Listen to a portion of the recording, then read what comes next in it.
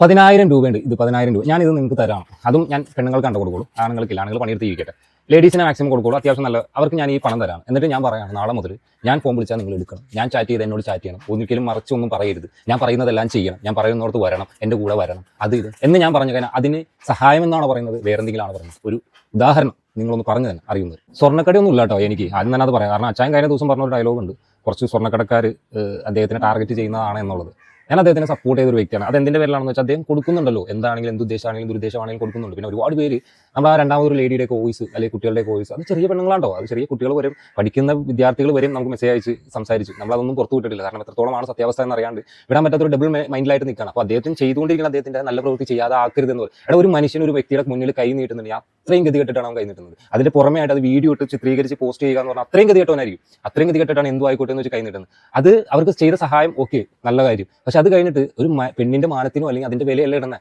ഇത് സഹായം ചെയ്ത് കഴിഞ്ഞാൽ ഇദ്ദേഹമായിട്ട് രാത്രി കാലങ്ങളിൽ കോൾ ചെയ്യണം, സംസാരിക്കണം, ചാറ്റ് ചെയ്യണം, മറ്റു ചൊവ്വയോടുകൂടി സംസാരിക്കണം, അല്ലെങ്കിൽ ലൈംഗിക ചൊവ്വയോടുകൂടി സംസാരിക്കണം, സെക്ഷലി ഇദ്ദേഹമായിട്ട് ഇത് അങ്ങനെയുള്ളൊരു സിറ്റുവേഷൻ ആണോ നിങ്ങൾ ഉദ്ദേശിക്കുന്നത് അല്ലെങ്കിൽ നല്ലതെന്ന് പറയുന്നത്? അദ്ദേഹം ചാറ്റ് ചെയ്യുന്നുണ്ടില്ല, നല്ല കാര്യമല്ല എന്ന് ഒരാൾ പോലും പറയുന്നില്ല. നല്ല കാര്യം തന്നെ ചെയ്യാൻ പലരും മടിക്കുന്നതാണ്. അത് എന്ത് ഉദ്ദേശം, പ്രൊമോഷൻ്റെ ഉദ്ദേശമായിക്കോട്ടെ, അദ്ദേഹത്തിന്റെ ബിസിനസിന്റെ ഉദ്ദേശമായിക്കോട്ടെ, എന്തും ആയിക്കോട്ടെ. പക്ഷെ അതിന്റെ മറവിൽ ഇതേപോലുള്ള കാര്യങ്ങൾ ചെയ്യുന്നുണ്ടെങ്കിൽ അത് തെറ്റാണെന്നാണ് എല്ലാവരും ചൂണ്ടിക്കാണിക്കുന്നത്.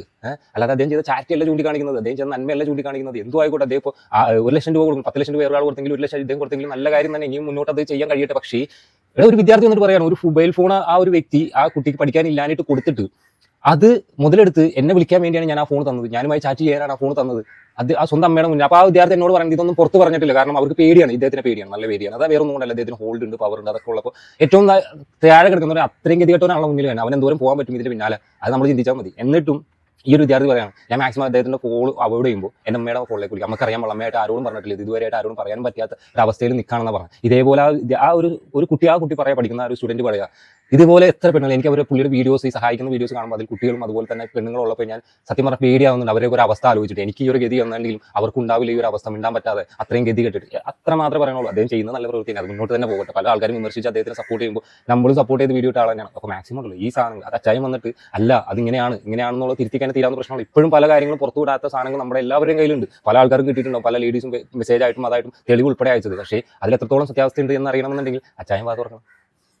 ഇത് ഞാൻ പറഞ്ഞില്ല, എപ്പോഴും നമ്മളൊരു ഗോൾഡ് ഷോപ്പുള്ള ഒരു ഉടമയൊന്നുമല്ല പുള്ളി. അദ്ദേഹം പറഞ്ഞ അങ്ങനെയാണ്, എനിക്കെതിരായിട്ട് ഒരുപാട് ഷോപ്പുകളുള്ളവർ മറ്റവരെ എതിർക്കുന്നുണ്ട്. അതാണെന്ന് ഞാനിപ്പോഴും പറയാം. നമുക്ക് അങ്ങനെ ഒരു കച്ചവടമുള്ള ആളൊന്നുമല്ല കേട്ടോ. നമ്മൾ അദ്ദേഹത്തിന് നല്ല വീഡിയോ ഇട്ടു. പക്ഷേ നമുക്ക് വന്ന അതായത് അദ്ദേഹം സഹായിച്ചവർ തന്നെ പല ആൾക്കാരും വന്നിട്ട് പറയാം. അങ്ങനെ പറയണമെന്നുണ്ടെങ്കിൽ അവരുടെ അവസ്ഥ ഒന്ന് ആലോചിക്കും.